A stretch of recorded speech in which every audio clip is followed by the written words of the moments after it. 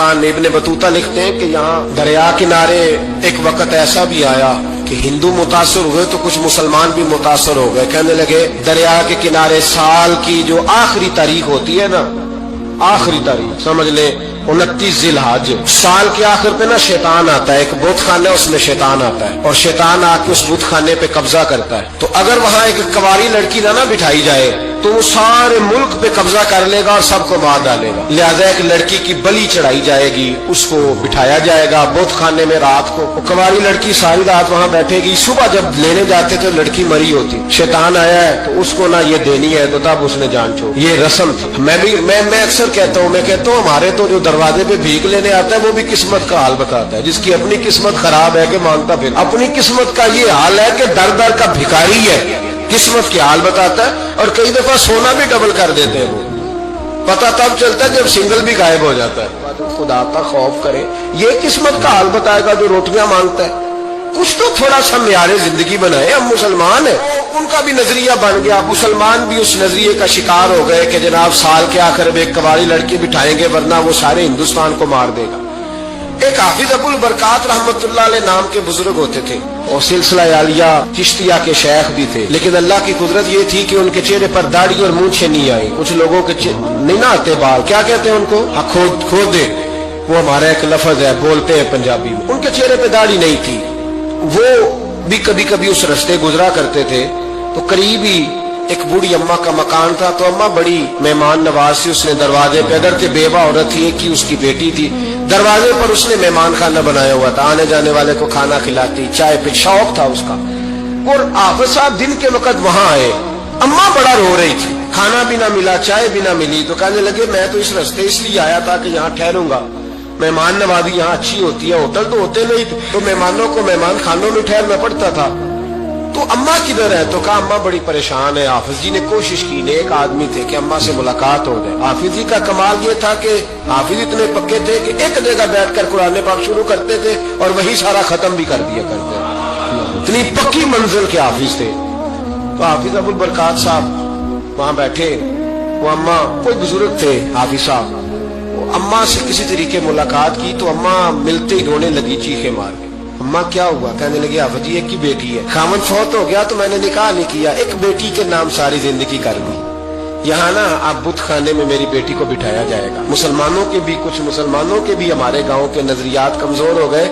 یہاں بچی کو بٹھایا جائے گا اور سویرے وہ مر جائے گی میری بیٹی. قرآن اندازی ہوئی ہے تو میری بیٹی کا نام نکل آیا. اب بیٹی کو جانا ہی پڑے گا. یہ ہمارے ان کچھ علاقوں کا طریقہ ہے. حافظ جی کہنے لگے اماں تو اس طرح کر، میں لوگوں کو سمجھاتا ہوں کہ یہ غلط ہے، شریعت اس کو پسند نہیں کرتی. تو میرے ساتھ انہوں نے کہا یہ لوگ نہیں مانیں گے، بہت سارے ہندو بھی ہیں، بہت سارے مسلم بھی ہیں، تو گڈمٹ ہو گئے نظریات، یہ تھوڑی مانیں گے. حافظ جی کہنے لگے اماں پھر ایک اور حل بھی ہے، میرے چہرے پہ کون سا داڑھی ہے، تو بیبیوں والے کپڑے مجھے دے، آج میں بیٹھتا ہوں وہاں دیکھتا ہوں کون سا شیطان آتا ہے. عقیدہ مضبوط ہو نا. اقبال کیا کہتے ہیں ارادے جن کے پختہ ہو، نظر جن کی خدا پر ہو، تلاطم خیز موجوں سے وہ گھبرایا نہیں کرتے. کہا مجھے دو کپڑے بیبیوں والے، میں بیٹھتا ہوں. اماں کہنے لگی وہ شیطان واقعی آتا ہے. آج تک جتنی بچیاں گئی ہیں سویرے مردہ ملی ہیں. بڑی سمجھنے والی بات ہے، غور کرنا. جتنی گئی ہیں ساری مردہ آئی ہیں. تو حافظ جی آپ کو جب وہ شیطان رات کو دیکھے گا نا، آپ آئے ہیں تو آپ کے تو وہ زیادہ ٹکڑے کرے گا کہ اس نے دھوکہ کیا، مرد ہو کے عورتوں کی جگہ پہ آیا. آپ نہ گئے. حافظ جی کہنے لگے ٹکڑے میرے ہونے ہیں، آپ فکر نہ کریں. دریا کنارے بت خانہ تھا. حافظ جی عورتوں والا لباس پہن کے وہاں بیٹھ گئے. حافظ صاحب کہتے ہیں 3 دفعہ میں نے رات کو باہر نکل کے دریا پہ وضو بھی کیا. ساری رات میں نے قرآن پاک پڑھا اور جب فجر کا وقت ہوا تو باہر نکل کے میں نے اذان پڑھی. لوگ آئے تو میں نے جماعت کرائی. اور فرماتے ہندو مسلمانوں سب کو بلا کے میں نے کہا کہ اگر آج کے بعد شیطان نہ آئے تو ہندو کلمہ پڑھتے ہو سارے؟ نے کہا جی پڑھتے ہیں. فرمایا لو پھر میں بالکل صحیح سلامت آ گیا، کوئی شیطان نہیں آیا. کہتے ہیں سب ٹھیک ہو گیا. اب لوگ کہنے لگے اب جی بات تو آپ کی ٹھیک ہے پر وہ بی بی کیسے مر جاتی؟ جس کو ہم رات کو بٹھاتے تھے سویرے مردہ ملتی تھی تو اس کو کون مارتا تھا اگر شیطان نہیں آتا؟ حافظ جی سمجھانے لگے کہ شیطان وسوسہ دیتا ہے پر زندگی موت اس کے ہاتھ میں. وسوسہ دیتا ہے، جتنی اس کو گنجائش ہے وہ کرتا ہے. کافر وہ بی بی کیسے مرتی تھی؟ تو حافظ جی نے ایک بہت بڑی بات سمجھائی کہنے لگے اصل بات یہ جس آدمی کو پتا ہو نا میں نے سویرے مر جانا ہے وہ ڈر سے ہی مر جاتا ہے. اس کو پتا ہو نا کہ میں یہاں مرنے آیا ہوں تو وہ ڈر سے ہی. فرمانے لگے اس کا عقیدہ کمزور ہو جاتا تھا, وہ نفسیاتی طور پر سمجھتی تھی کہ میں نے مرنا ہی مرنا ہے, تو خوف ہوتا تھا, کوئی قریب نہیں آتا تھا, دریا اور جنگل دائیں بائیں, تو صبح تک اس عورت کا دل بند ہو جاتا تھا, تو وہ خوف سے ہی اسے کوئی شیطان نہیں مارتا. اللہ کی عبادت کریں, عبادت سے برکت آتی ہے. حضرت ابو ادریس خولانی رحمت اللہ علیہ حضرت معاذ بن جبل کے شاگرد تھے, تابعی تھے, تابعی بزرگ تھے. فرماتے ہیں کہ میں جب سے حضرت معاذ بن جبل کی صحبت میں بیٹھا نا تو برے کاروباروں سے میری طبیعت و چاٹ ہو گئی. کئی کاروبار میں دیکھتا تو جھوٹ بولنا پڑتا, اس میں بڑا کچھ کرنا پڑتا, تو مجھے ڈر آتا.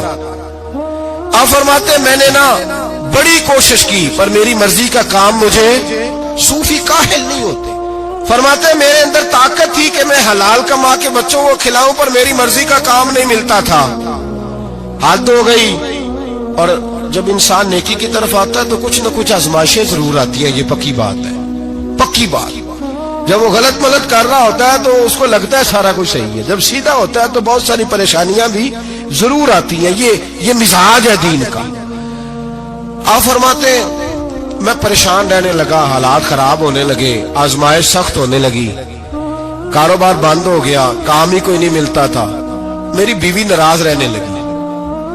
ہلکا ہلکا تو اس نے مجھے کہنا شروع کیا, پھر جلال میں آ گئی, اور ایک دن مجھے کہنے لگی اگر آج نانا کچھ لے کے آئے تو بچے لے کے میکے چلی جاؤں گی. آپ فرماتے ہیں میں بڑا پریشان ہوا, نکل گیا فجر پڑھ کے کام کی تلاش میں. میں نے ظہر تک تلاش کیا لیکن مجھے کام نہ ملا. آپ فرماتے ہیں نہر فرات کے کنارے تپتی ہوئی ریت پہ میں بیٹھا تھا تو میرے دل میں خیال آیا بندوں کی مزدوری نہیں ملتی تو آج اللہ کی نہ کر لیں, آج اللہ کی مزدوری نہ کریں.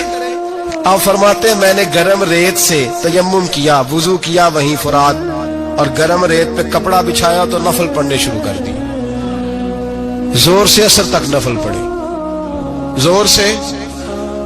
چلے میں ایک دعا کرتا ہوں, آپ آمین کہنا. نہیں آئے گا. اللہ کرے کہ ہم مغرب کے بعد والے نفل ہی پڑھنے شروع کر دیں.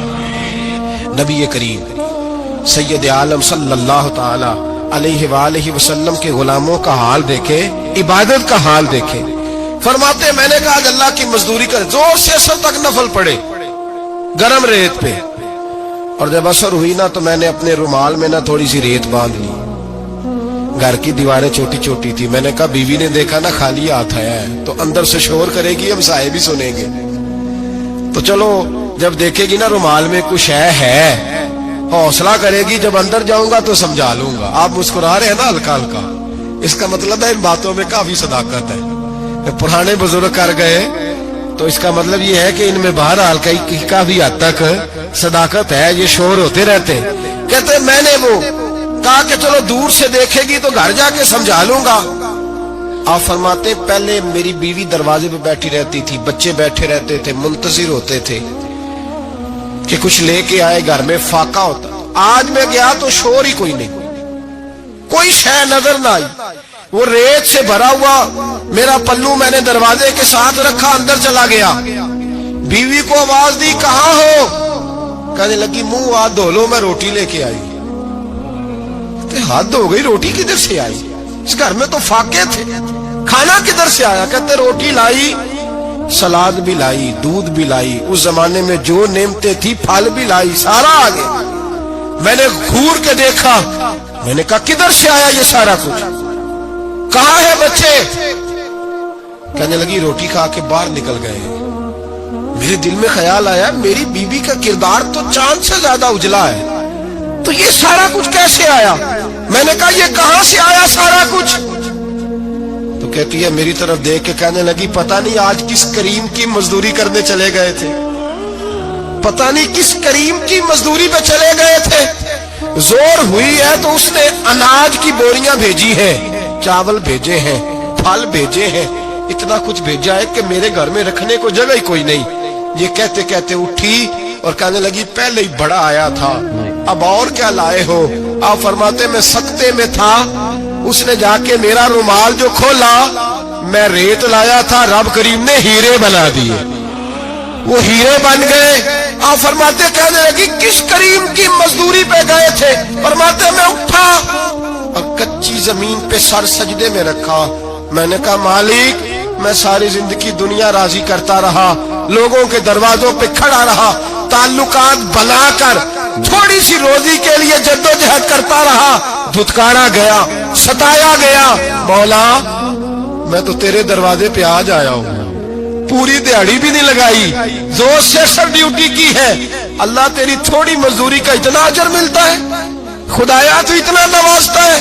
فرمایا اللہ میں محنت بھی کروں گا، کام بھی کروں گا، لیکن دنیا کی مزدوری تھوڑی کروں گا، مالک تیری عبادت زیادہ کروں گا۔ بھائی یاد رکھو ہم ساری زندگی لوگ قبروں میں چلے گئے، مسجد نہیں آئے، قبروں میں الہاکم التکاثر حتی زرتم المقابر، قبر میں جانے کا ٹائم آیا، لوگوں کی نمازیں پڑھ دی گئیں پر لوگوں نے نمازیں شروع نہیں کی، نمازیں پڑھ دی، کہیں لے جاؤ، شادی کا موقع ہے تو وہ کراچی جانے کو تیار ہے، لیکن چند فرلانگ پہ مسجد ہے، مسجد جانے کو تیار ہے۔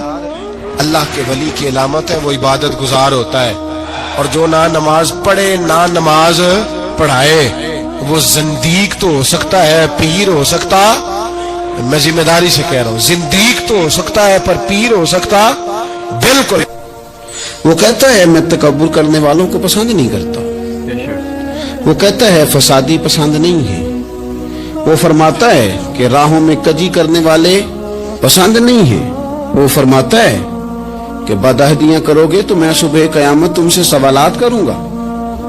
اللہ تبارک و تعالیٰ بہت ساری چیزوں کو ناپسند کرتا ہے، ناراض ہو جاتا ہے، بلکہ نبی پاک صلی اللہ تعالی علیہ وسلم نے فرمایا تم بات کرتے کرتے کوئی ایسا جملہ بول دیتے ہو کہ رب اتنا ناراض ہوتا ہے کہ تمہیں پتہ بھی نہیں ہوتا، تمہارے لیے جہنم کا فیصلہ کر دیتا ہے۔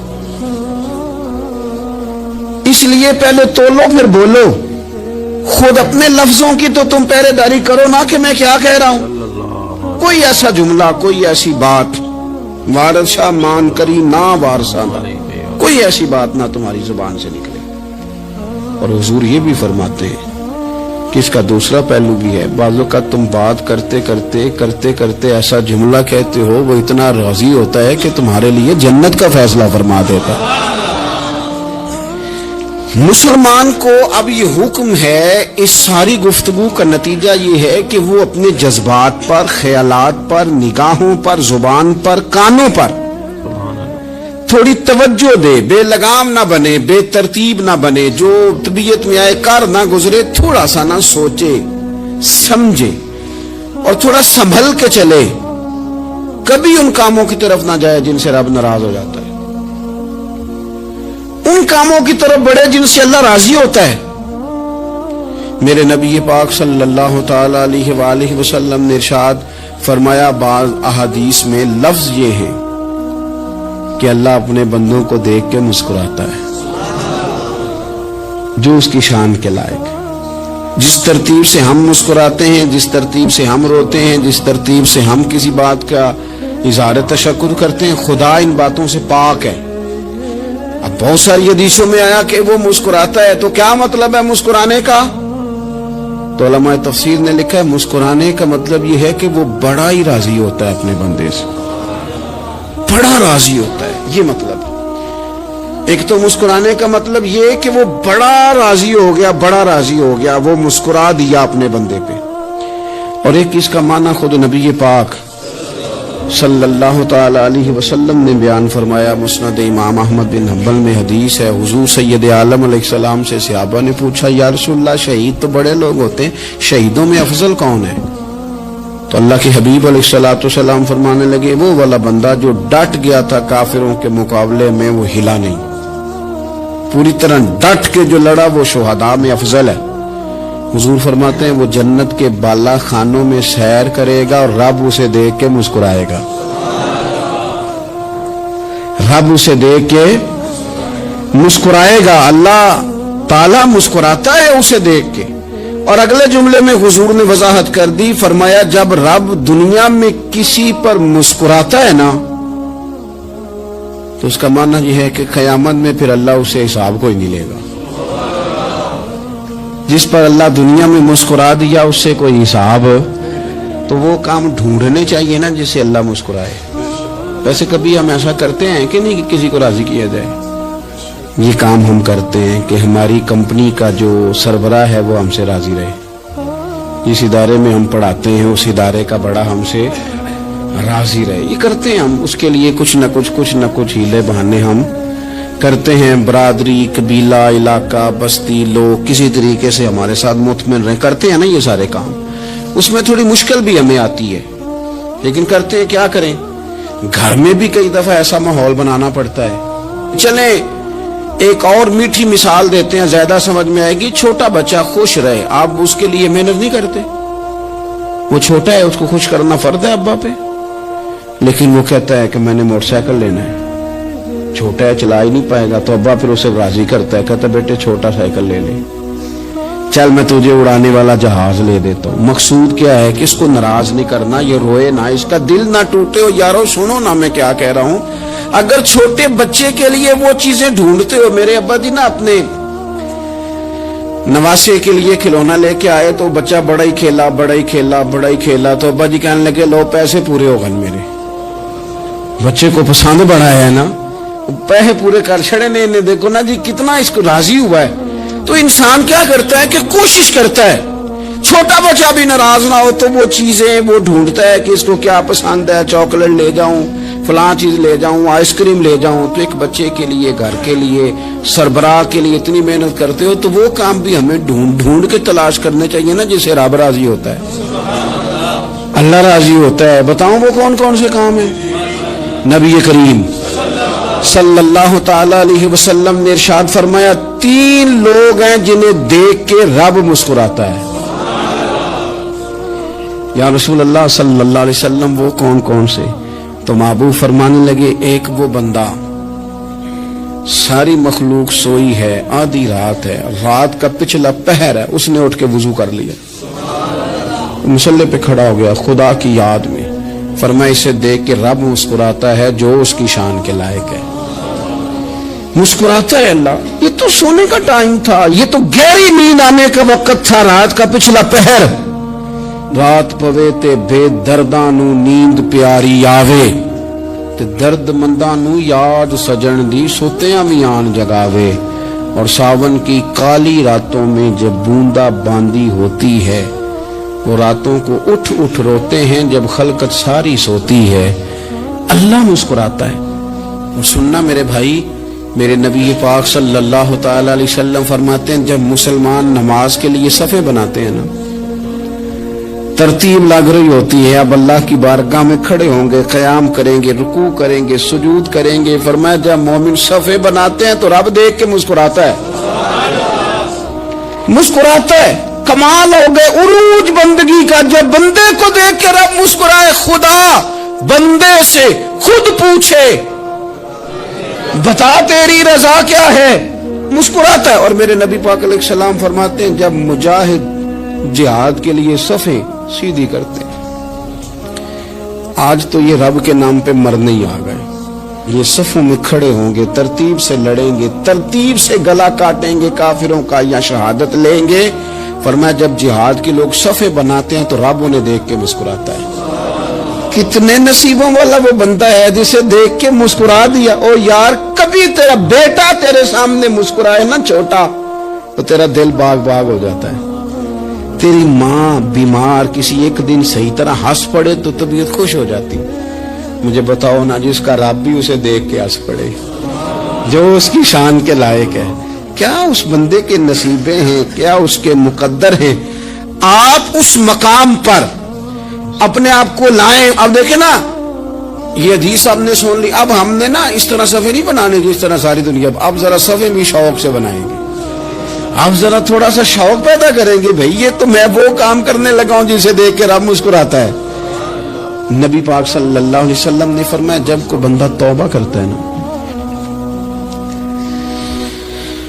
ہم توبہ کا رٹا لگاتے ہیں، یا اللہ میری توبہ یا اللہ. اور توبہ کا تو مطلب یہ ہے کہ پچھلے گناہوں سے پکی توبہ، آج کے بعد یہ غلطی نہ کرنے کا پکا وعدہ. تو نے ساری شب برات رو کے گزاری ہے, بتا سویرے جھوٹ جوڑنے کا ارادہ ہے تیرا؟ آج کے بعد رشوت تو نہیں نہ لے گا, ملاوٹ تو نہیں نہ کرے گا, یہ توبہ ہے. اور اگر سارے کام اسی طرح کرنے تو پھر یہ توبہ کا رٹا ہے, جتنا مرضی لگاؤ. حضرت علی بن ربیعہ رضی اللہ تعالیٰ عنہ فرماتے ہیں میں مولا علی کے ساتھ تھا, مقام حرا کی طرف جا رہے تھے, حضرت علی نے ہاتھ اٹھا کے دعا مانگی ہماری تعلیم کے لیے, ورنہ حضرت علی ہم صحابہ کو محفوظ عن الخطا تو مانتے ہیں نا. ہاتھ اٹھا کے کہا اے اللہ ہمارے گناہ بخش دے, تیرے علاوہ کوئی معاف کرنے والا نہیں. اور پھر حضرت علی آسمان کی طرف دیکھا اور دیکھ کے نا حضرت علی بن ربیعہ کو تو مسکرائے.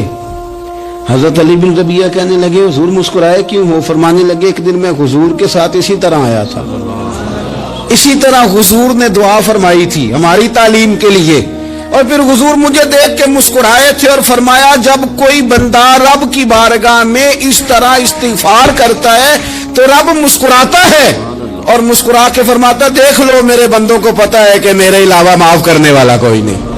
تمہیں پتا ہے, تم اس کی بارگاہ میں رجوع تو لاؤ, آؤ تو صحیح تو آنسو لے کر. اقبال کہتے ہیں کہ موتی سمجھ کے شان کریمی نے چن لیا, قطرے دو گرے میرے ار کے انفال کے, دو میں نے آنسو بہائے تھے تو اس کے کرم نے تو موتی سمجھ کے چن لیا. سنو نا حضور اس استغفار کو, اللہ کو یار رات کو توبہ کر کے سونا چاہیے ہمیں. کچھ غلطیاں ہم کرنا نہیں چاہتے پر ہم سے ہو جاتی ہیں, کچھ دل ہم توڑنا نہیں چاہتے پر وہ ٹوٹ جاتے ہیں, ہماری مجبوری ہوتی ہے ٹوٹ جاتے ہیں. رات کو اس کی بارگاہ میں ہاتھ باندھ کے کشکول طلب دراز کر کے خوب استغفار پڑھنا چاہیے کہ مالک بندے ہیں نا کیا کریں, نفس کا ساتھ ہے, دنیا کا ساتھ ہے, خواہشات نفسانیہ, مالک معاف کر دے.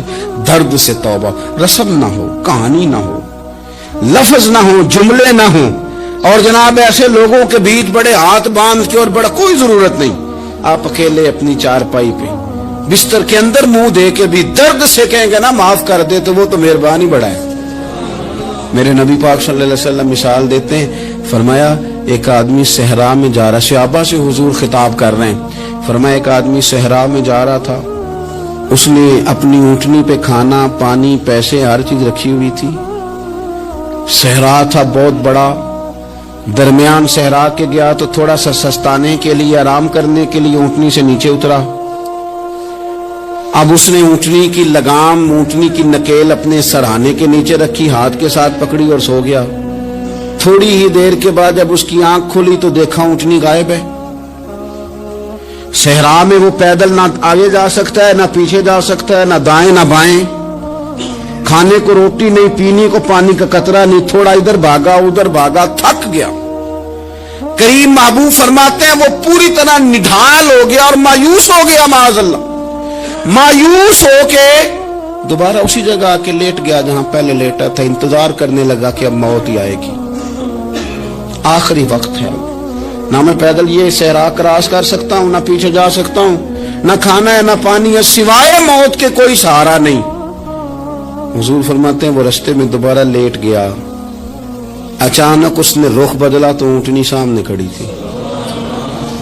حضور نے صحابہ سے پوچھا بتاؤ نا اسے بھلا کتنی کو خوشی ہوگی؟ یا رسول اللہ جی سے نئی زندگی مل گئی ہے. آپ دیکھیں نا سارے ڈاکٹروں نے کہہ دیا کہ اس کے جو گردے معدہ جگر ہر چیز ختم ہے, گھر لے جاؤ خدمت کرو, ہر طرف پریشانی ہے. وہ بندہ بھی سمجھ گیا ہے کہ آخری وقت آ گیا, کل جاؤں پرسوں جاؤں, تیاری ہو گئی, سب لوگ آ گئے, باہر والے بھی آ گئے.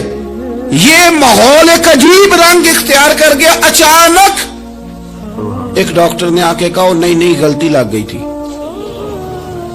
مجھے بتائیے انداز کیا ہوتا ہے؟ بغیر دوائی کے بندہ اٹھ کے کھڑا نہیں ہو جاتا. او میں تو بچ گیا ہوں. نبی پاک صلی اللہ علیہ وسلم فرمانے لگے اس کی اونٹنی مل گئی, بتاؤ بھلا اسے کتنی خوشی ہوگی. یا رسول اللہ وہ تو دوبارہ دنیا میں آ گیا. حضور فرمانے لگے اسے کچھ بھی خوشی نہیں ہوئی. جب کوئی رب کا گناہگار بندہ آ کے توبہ کرتا ہے, رب کو اس سے کئی گنا زیادہ خوشی ہوتی ہے. میرا بندہ آ گیا ہے, میرا بندہ آ گیا ہے, میرے گھر آ گیا, اس نے آنسو بہائے ہیں. اس نے کہا اللہ میں تیرا ہی رزق کھاتا ہوں، تیری ہی زمین پہ رہتا ہوں، تیرے نام سے میری سانسیں چلتی ہیں۔ وہ آ گیا، فرمایا اس اونٹنی والے سے زیادہ رب کو خوشی ہوتی ہے جب گناہگار آ کے توبہ کرتے۔ گناہگاروں کے آنسو اس کی بارگاہ میں بڑے مقبول ہیں، لیکن ہم رسم ادا کرتے ہیں، توبہ نہیں کرتے۔ ہم اپنے آپ کے ساتھ دھوکہ کرتے ہیں، جھوٹ بولتے ہیں۔ ہم بندہ کوئی ناراض ہو جائے تو ہمیں کو نہیں نیند آتی، اس کے گھر چلے جاتے ہیں۔ ہم اپنے سارے رشتوں کو، تعلقات کو مینٹین کر کے رکھنے کے عادی ہیں۔ ہمیں پتہ ہے کہ وہاں میں نہیں جا سکا تو بیٹا بھیجتا ہوں، فلاں شادی پہ میں نہیں جا سکا تو بھتیجا بھیجتا ہوں، بھائی بھیجتا ہوں۔ ہر تعلق کا ہم نے خیال رکھا کوئی روٹھ نہ جائے۔ لیکن کمال ہے نا، یہ نہیں سوچا کہ اگر رب روٹھ گیا تو جب وہ روٹھ جائے نا تو سارے رشتے بھی بندے کے پاس موجود ہوں تو کوئی کارآمد نہیں ہوتا۔ پھر کروڑوں روپیہ جیب میں ہوں تو ڈاکٹروں کی دوائیاں اثر نہیں کرتی۔ وہ روٹھ جائے تو پھر انسان اس طرح سے پھسلتا ہے کہ بڑے بڑے اس کے پاس دروازے ہوتے ہیں پر کسی جگہ اس کا ہاتھ نہیں لگتا۔ خدا را خیال کریں، دنیا روٹتی ہے تو روٹ جائے، رب رسول ناراض نہ ہونے پائیں، اس کا خیال کریں۔ حضور فرماتے ہیں وہ مسکراتا ہے، اسے خوشی ہوتی ہے جب کوئی اس کا بندہ اس کی طرف رجوع کرتا ہے۔ میرے عزیزو، رسول پاک صلی اللہ تعالی علیہ وسلم نے ان لوگوں کے تذکرے کیے جنہیں دیکھ کے رب مسکراتا ہے۔ ہم نا گناہگاروں پر بھی فتویٰ دینے میں جلدی کرتے ہیں اور نیکی پر بشارت دینے میں بھی جلدی کرتے ہیں، حالانکہ یہ ہماری ذمہ داری نہیں۔ پتہ نہیں اللہ تعالیٰ کس کو کب توفیق توبہ دے کے اپنے قریب کر لے، لیکن بڑی جلدی ہے، بڑی جلدی فتویٰ دینے میں۔ اور یہ فتویٰ صرف مفتیوں کا نہیں رہ گیا، یہ میری طرح کے، آپ کی طرح کے ڈھیروں لوگ ہیں جنہوں نے جیبوں میں فتوے ڈالے ہوئے۔ بھئی آپ نے کیوں ذمہ داری لے لی ہے جنت میں داخل کرنے کی اور نکالنے کی؟ یہ تو میرے رب کریم کا کرم ہے، وہ جس کو چاہے جب چاہے جتنا چاہے عطا کرے۔ لیکن کچھ لوگ نا بڑے پکے ہو گئے ہیں کہ شاید جو میں سوچ رہا ہوں وہی درست ہے۔ کبھی کبھی کچھ چیزیں عجیب بھی ہوتی ہیں، لہذا خدا کی رحمت پر بھروسہ کر کے بات کرنی چاہیے، اپنی مرضی کے فتوے نہیں داغنے چاہیے۔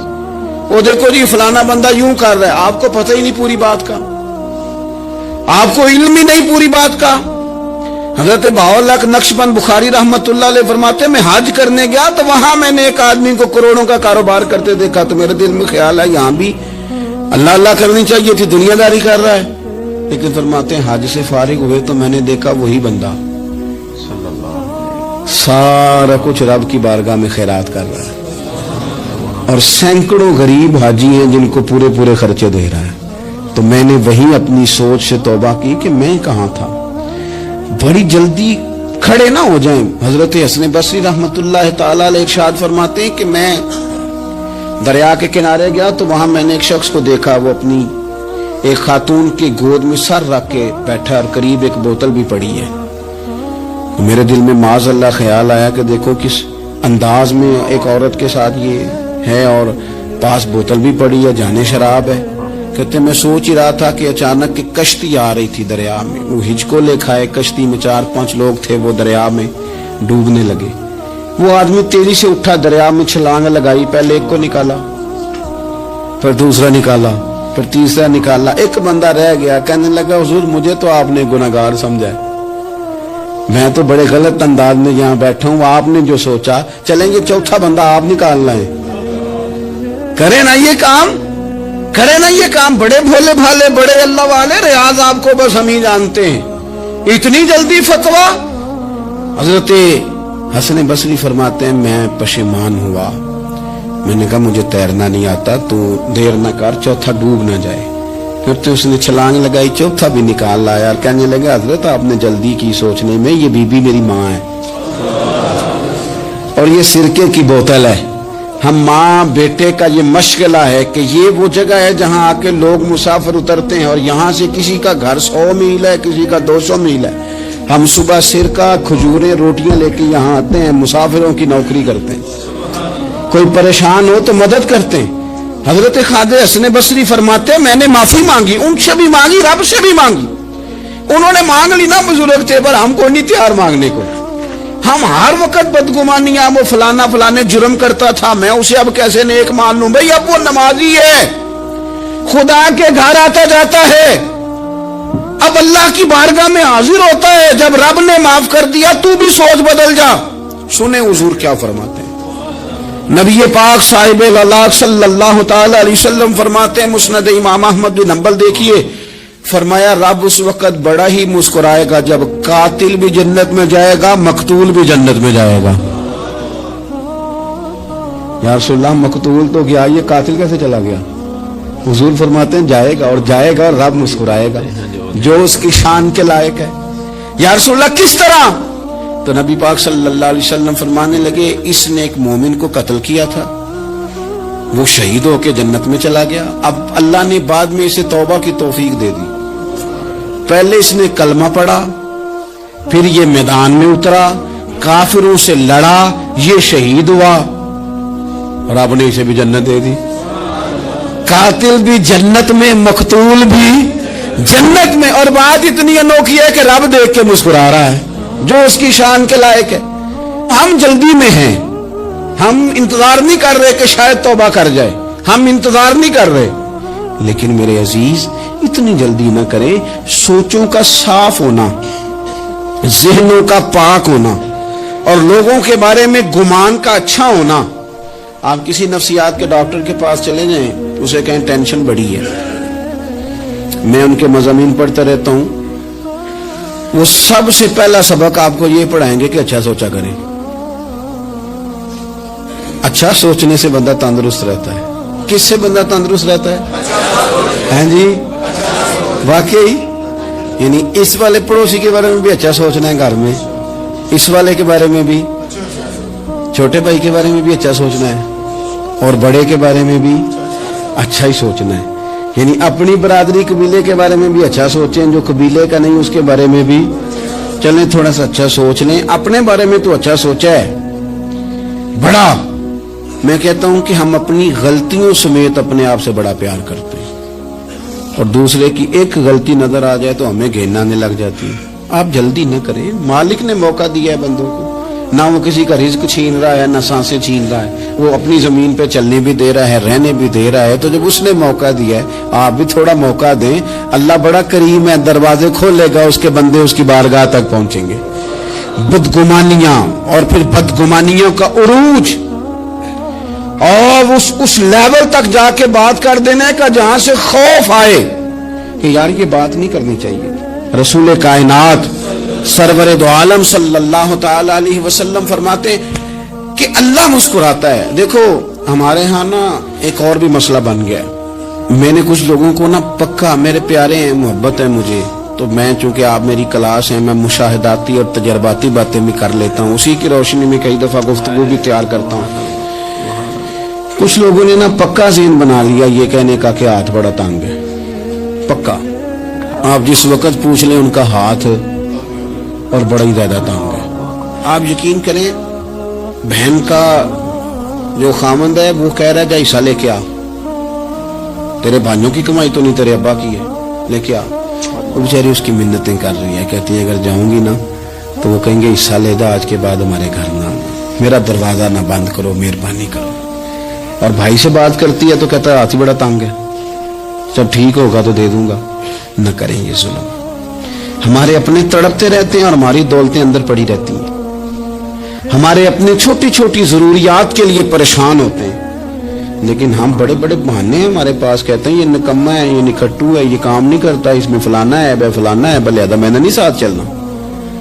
اظہار جب آپ کے اندر پیدا ہوتا ہے نا، اظہار جب کسی کے لیے آپ حساس ہوتے ہیں تو آپ کو بھی سرور حاصل ہوتا ہے۔ نہ کریں یہ کام کہ آپ کو اللہ نے وسعت دی اور ہر وقت آپ ہاتھ تنگ ہونے کا رونا رو رہے ہیں، ہر وقت آپ یہ کہہ رہے ہیں میں بڑی آزمائش میں ہوں، جب خدا نے آپ پہ نہیں ڈالی تو اتنے جھوٹ بولنا صرف اس لیے کہ میرے پیسے بچ جائیں، صرف اس لیے کہانی سنانا کہ حالات میرے بڑے خراب ہیں کہ کوئی بندہ میرے سے کوئی تھوڑا بہت قرض نہ مانگ لے۔ سنو، نبی پاک صلی اللہ علیہ وسلم کے پاس مہمان آ گیا، بخاری مسلم ہے، حضور نے ازواج مطہرات کے گھروں میں پیغام بھیجا کچھ چیز ہے ضیافت کے لیے، یا رسول اللہ کچھ بھی نہیں، یہ دو جہاں کے شاہ ہیں، اور پاس کچھ رکھتے نہیں, دو جہاں کی نعمتیں ہیں ان کے خالی ہاتھ میں. یا رسول اللہ کوئی چیز بھی نہیں.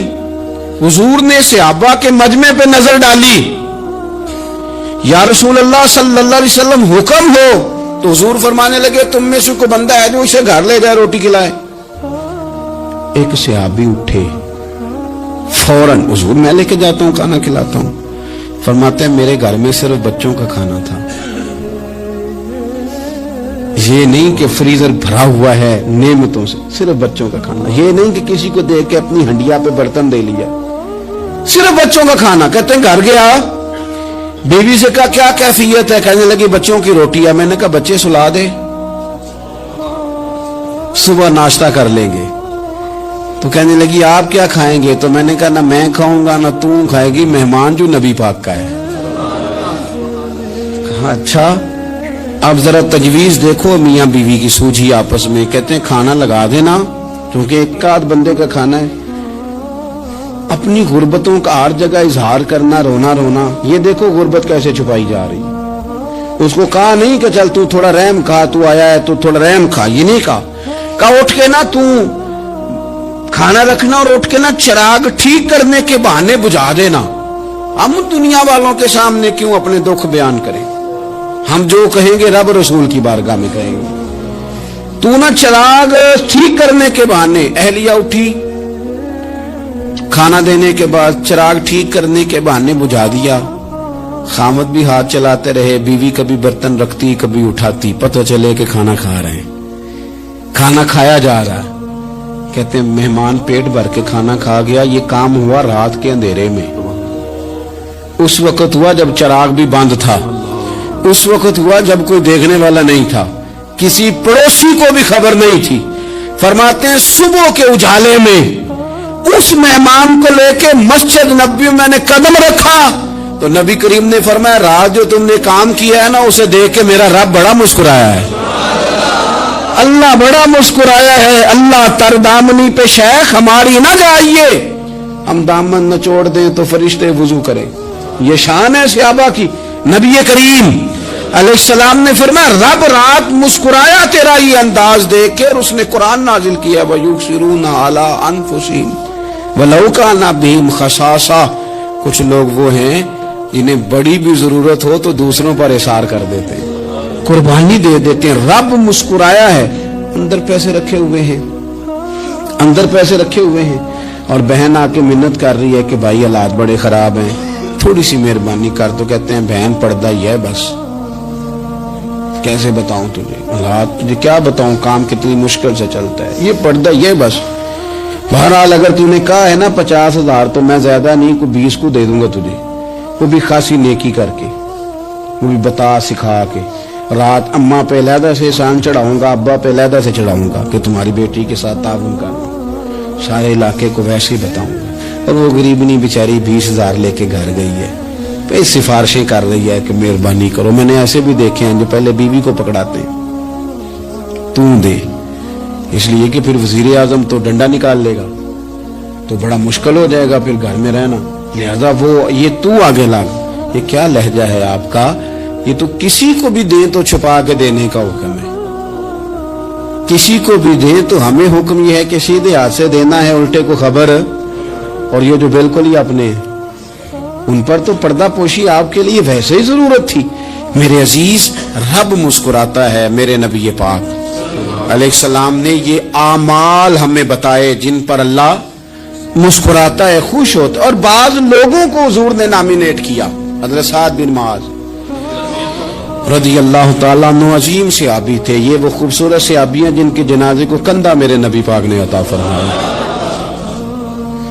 حضور نے کندھا عطا فرمایا. کمال ہو گئی. نرخ بازار محبت کا انوکھا ہی ہو گیا, خود خریداروں میں شامل آ کے مولا ہو گیا.